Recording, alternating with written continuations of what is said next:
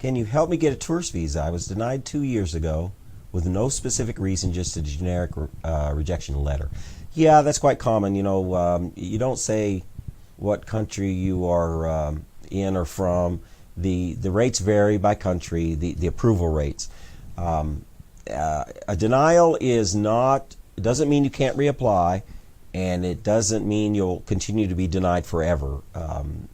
In fact, we have an example of one of our employees in the Philippines applied for a tourist visa to come here and was denied the first time, and the second time they were approved. Now, how does that happen? Well, you need to have good documentation of the purpose of your trip, that you can afford it, and that you intend to come back. Of those three, the main thing is that you intend to come back. So what they're trying to do is that, you know, they'd be happy to, I assume, they'd be happy to give everybody a tourist visa because we want you to come here and spend money in America, right? The concern is, will you return to your country? So that's the key to getting approved. So you've got to show them that, you know, some of the ideal situation would be show them that you've got a great job, you've got family, wife, kids, whatever, who are not traveling with you, so you definitely return to be with them. Or maybe you have a little business, or maybe you have you're in school and you're in the middle of some studies. I mean, you need to show them a compelling reason to come back.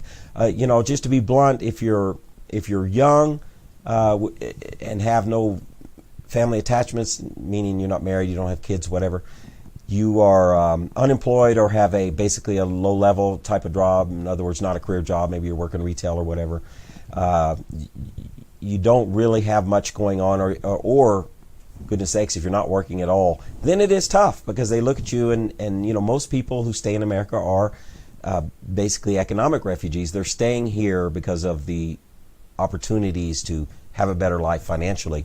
And they know that, of course, just like we all know that. And so you've got to convince the adjudicator by the totality of your case that you, under no circumstances, would stay in the United States.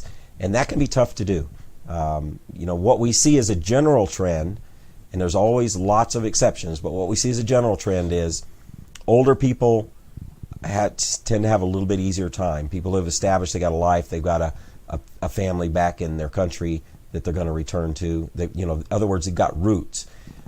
Generally have a much easier time. Younger people, especially young single people, not so much. You know, it can be a lot tougher, significantly tougher. But they are approved routinely. It doesn't mean no young single people get approved. It just means you've got a higher burden to convince that adjudicator that you wouldn't stay here.